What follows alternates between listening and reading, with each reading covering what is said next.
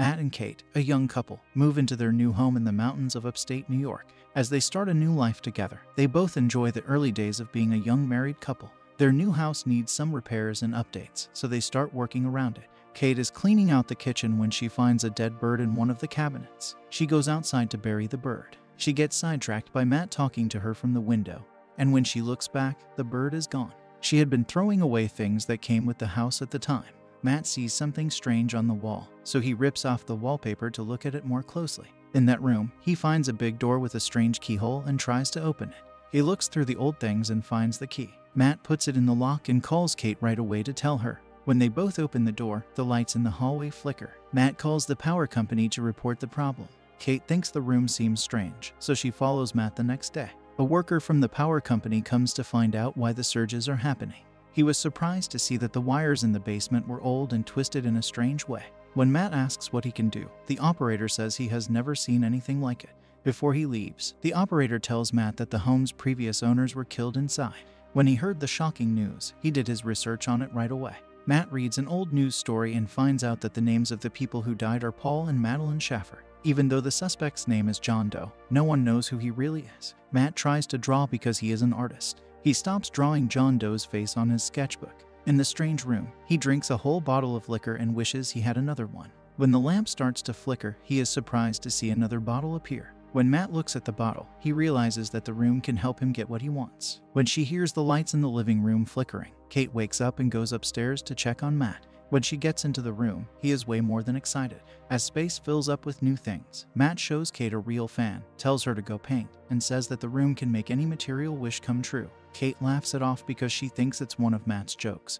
But then she realizes that her husband is serious. She puts his idea to the test and asks for $1,000. Matt looks all over the room and finds the money at last. Kate wanted to be still doubtful. She asks for $1 million, and right away, they have that much money. Kate, on the other hand, finds it scary and leaves. Matt gets her to agree that they should enjoy it.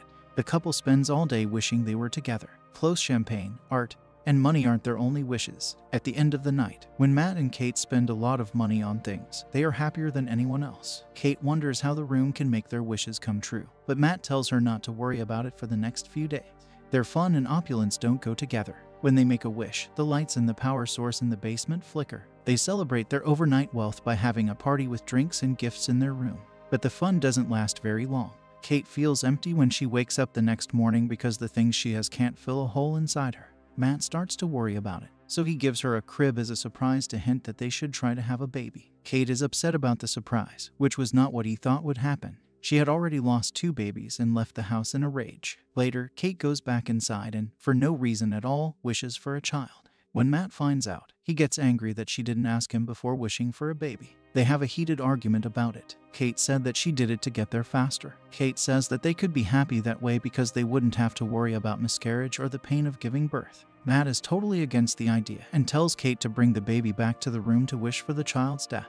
The couple walks in at that moment, but Kate tearfully refuses to give up the baby. She gives the baby to Matt instead, but he couldn't do the same thing. He couldn't make himself want the baby to go away, so he gave it back to his wife and left. In the end, they both agree to keep the baby, and they become parents right away. When he was at his desk, Matt sees that his drawing of John Doe isn't finished, so he does more research on what happened all those years ago. He finds out that the person he thinks killed someone is still alive and in a mental hospital. In another old news article, John Doe says that the room made him do it. This is not long after Matt drives to the mental hospital to meet with John in person and ask about. When Matt gets to John's house, a nurse tells him that no one has been there in 45 years except for news reporters. Matt finally meets a much older John face to face, with a sinister smile on his face. He starts asking him about the house, especially the mysterious room. John tells Matt that he has waited a long time for this moment. When Matt asks John why he killed the Schaffers, John says that was the only way to get rid of them. John then changes the subject and tells Matt to leave the house. Instead, he tells the young man to hurry up and do it before it's too late. Before he leaves, John says that the only thing scarier than someone who can't get what they want is someone who does. Matt stops at a gas station on his way home, but his cash turns into dust, which he wasn't expecting. So, he runs home and throws away the rest of the money in the room to see if the same thing will happen again. Then he tries to bring the Van Gogh painting to the door, which proves his theory that they can't take the things outside because they'll turn into dust if they do. Matt breaks through the walls to find out what's going on in the room, but to no avail. He can only see tangled sets of wires that are too hard to follow. Matt then rips off a piece of wallpaper and finds a map of the house with lines that show where the wires connect. While this is going on, Kate takes the baby outside.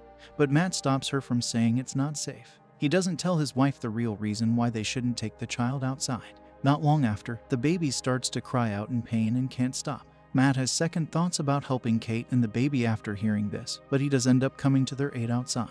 In a short amount of time, the baby mysteriously changes into a young child. When they went back into the house, they couldn't believe what they saw. Later that day, when I looked at the grown boy, Matt tells them that the room can give them anything they want, as long as they don't take it outside. If they do, it will get old and turn into dust. Kate says that a baby is not a thing and that she is not okay with her bringing their son outside. She starts to like a boy who she says is her son. For the next few days, she calls him Shane. Shane goes to school at home with Kate, and she tells him that he can't leave because of the germs. Shane has never been outside in his whole life. One day, while Kate is teaching him to read, he gets upset because she is taking too long. He has never known anything but the walls of the house he can't leave. Kate gets a package from outside later and locks the door. Every time she goes in or out, she hands the package to Matt, who ordered it, and he opens the box to find a brand new gun. Kate forgets that she left the front door unlocked when she left the house. Shane sneaks up to the front door and opens it while she is playing the piano.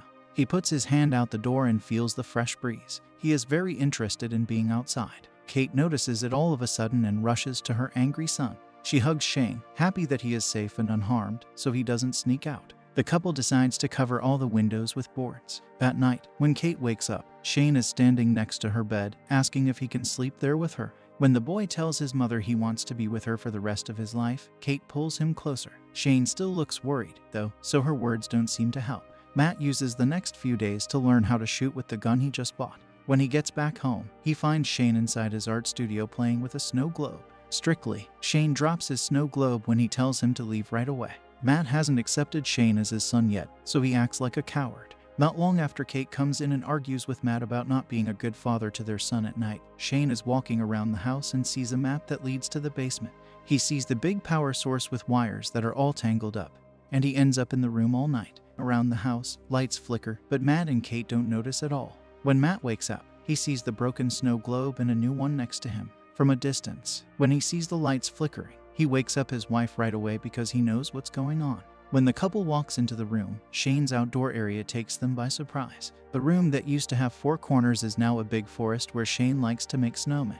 Katie is totally fascinated by everything around her. Her son made something fun for himself, and she joins in on the fun. On the other hand, Matt is angry and grabs Shane by the arm to bring him back. The couple fights about whether or not to let Shane play in the room after what happened inside. Matt says it's dangerous, but Kate doesn't agree. While they argue, the phone rings and Shane answers it, even though he's not supposed to talk to anyone or pick up the phone.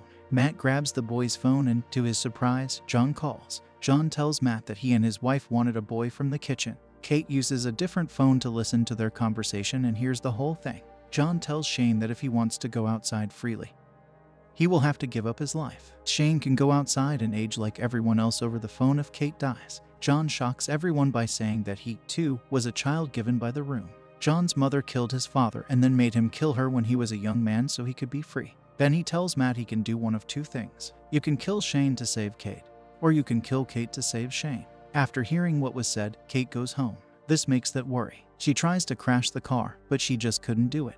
Matt acts crazy when he is alone with Shane in the house. Not long after making dinner, he trashes his studio. Shane, who sits across from him in the dining room, is annoyed that the boy keeps asking him questions, so Matt loses his temper. Still angry, Shane is told that he is not a real boy and that he does not have parents. Shane is being dragged by Matt to the front door, but the boy escapes by running back upstairs. Matt realizes that he hurt Shane in Shane's room and sincerely apologizes for what he did. The boy asks Matt to read to him, and the 2 of them end up sleeping together. When Kate gets home, she is still not sure how she feels, but seeing Matt and Shane lying next to each other makes her feel better. Later that night, the 2 have a private moment together. Shane watches as the boy waits for his parents to fall asleep and then takes the key to the front door when they do. Matt and Kate found out the next day that Shane had left after seeing the front. In another part of the house, they can't believe how much Shane has changed, even though he still thinks like a boy. He looks like an adult now, and even has a gun to his parents' heads. After Kate calms him down, Matt throws himself at Shane, and the 2 of them fight and fall to the ground. Kate slowly starts to lose her mind after the fight. Soon after that, Kate wakes up, and Matt tells her that Shane has died. After being shot by accident, Kate is devastated. She goes outside and starts to cry, not able to handle Shane's. Matt comforts her and carries her back into the house, where she continues to cry. Back in the room where the fight took place, the real Matt wakes up and searches the house for his wife. Still, he starts to panic when he sees lights flickering and thinks that Kate and Shane, who has changed into Matt, are inside. Kate still has no idea why Shane is standing in front of her instead of Matt. But when Shane does one of his habits, which is to eat ice, she sees that the person is who they say they are. Matt tries very hard to get into the room by breaking down the wall and going through all. He finally gets to the room, which has turned into a forest. It shows that Shane used the room to make the outside space bigger and to make a copy of the house inside. He changed into Matt so he could take Kate to the clone home and use her in a central way. He did this because he wanted his wife back. Matt runs through the woods until he gets to the clone's house. Just as Shane is forcing himself on Kate in his bedroom, he breaks in. When Shane heard Matt come in, he got up to get ready for another fight. This lets Kate get up and leave, but as she walks down the hall, she sees two versions of Matt. She is in an impossible situation right now. They look too much alike to be a coincidence. One of them takes her hand, but she shoves him away. Shane hears his name called, which gets his attention. When he falls down the stairs, he loses consciousness and changes into his real self.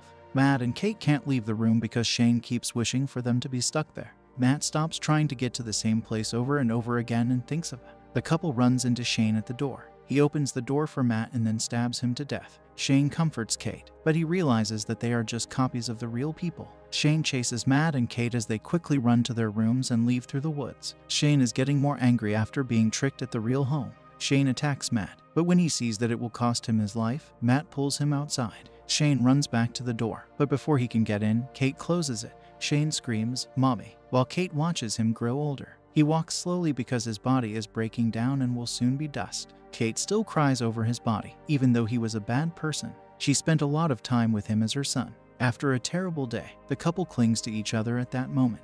After a month, they move to a smaller place where they can live in peace, but not for long. Kate is shocked to see that her pregnancy test is positive.